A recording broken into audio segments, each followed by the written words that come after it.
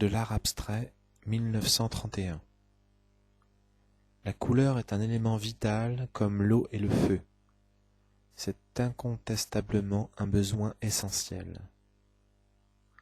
On coupe les fleurs du jardin pour les avoir à côté de soi dans l'appartement avec des tableaux. Ces derniers sont des objets d'art dans lesquels la couleur entre pour 60%. Toutes les écoles picturales ont utilisé la couleur. Il reste la manière de s'en servir. Le ton local est souverain jusqu'à l'impressionnisme. Ces derniers ont commencé à théoriser ouvertement sur la division du ton, couleurs complémentaires, et ont appliqué le principe à une plastique nouvelle. Toute l'œuvre impressionniste tourne autour d'une observation scientifique. Naturellement, les néo-impressionnistes sont apparus tendancieux et logiques pour terminer l'aventure. Et l'école s'est éteinte doucement dans un petit jeu théorique des couleurs complémentaires et constructives. Le cubisme, né d'une nécessité de réaction, débute en grisaille et ne se colore que quelques années après. Mais le ton local reprend sa place. Le ton local a plus de force colorante. L'impressionnisme, qui oppose un rouge à un vert, ne colore pas, il construit. Cette construction délicate ne peut jouer deux rôles à la fois.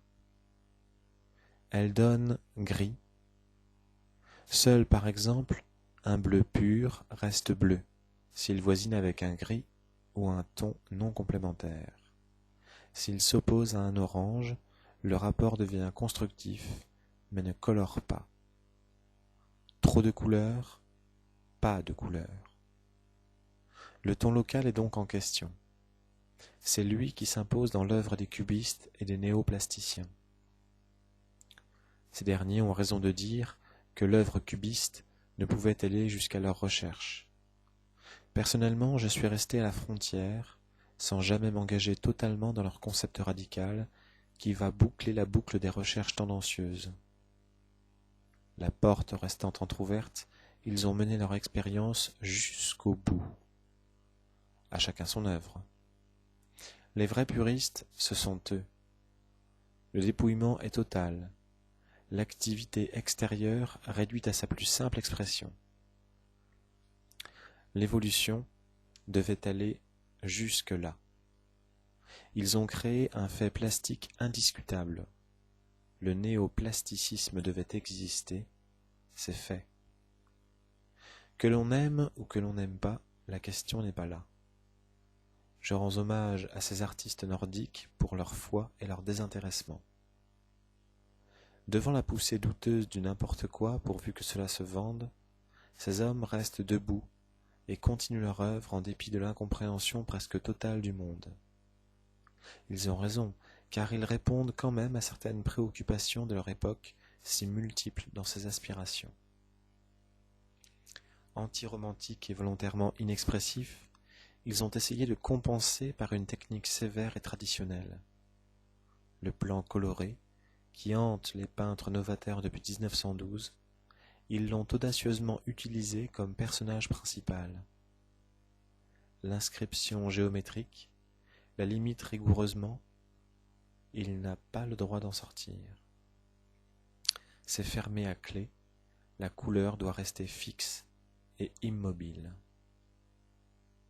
Le néoplasticisme signifie une libération presque totale des préoccupations picturales moyennes par leur sens du diminutif et du restrictif et par la contrainte des éléments choisis. Le culte de l'équilibre, coloré, géométrique, est poussé à un point tel que l'on a l'impression que c'est arrêté, que rien ne va plus. Cela a l'air, mais cela n'est pas. C'est un art muet, essentiellement statique, qui fonctionnera toujours pour quelques initiés dégagés des moyennes et aptes à se satisfaire d'un coefficient de beauté qui n'évolue pas et même qui n'apparaît pas. Il est curieux que ce problème d'un rationalisme plastique, nouveau, soit résolue par des septentrionaux dont les proches origines sont follement romantiques et nébuleuses.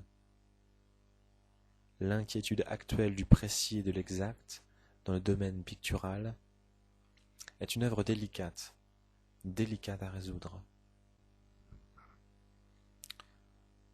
Si cette inquiétude a l'avenir pour elle, elle va au rebours des goûts impressionnistes qui dominent encore le monde actuel.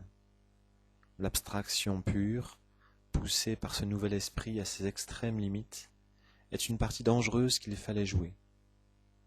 Le néoplasticisme en est la preuve. Des différentes orientations plastiques qui se sont développées ces quelques 25 ans, l'art abstrait est la plus importante, la plus intéressante. Ce n'est pas du tout une curiosité expérimentale, c'est un art qui a une valeur en soi, qui s'est réalisé et qui répond à une demande car un certain nombre de collectionneurs sont des passionnés de cet art. Cela prouve que cette tendance est dans la vie. Peut-être l'avenir classera-t-il cet art dans le nombre des paradis artificiels, mais je ne le crois pas. Cette directive est dominée par ce désir de perfection et de libération totale qui fait les saints, les héros et les fous.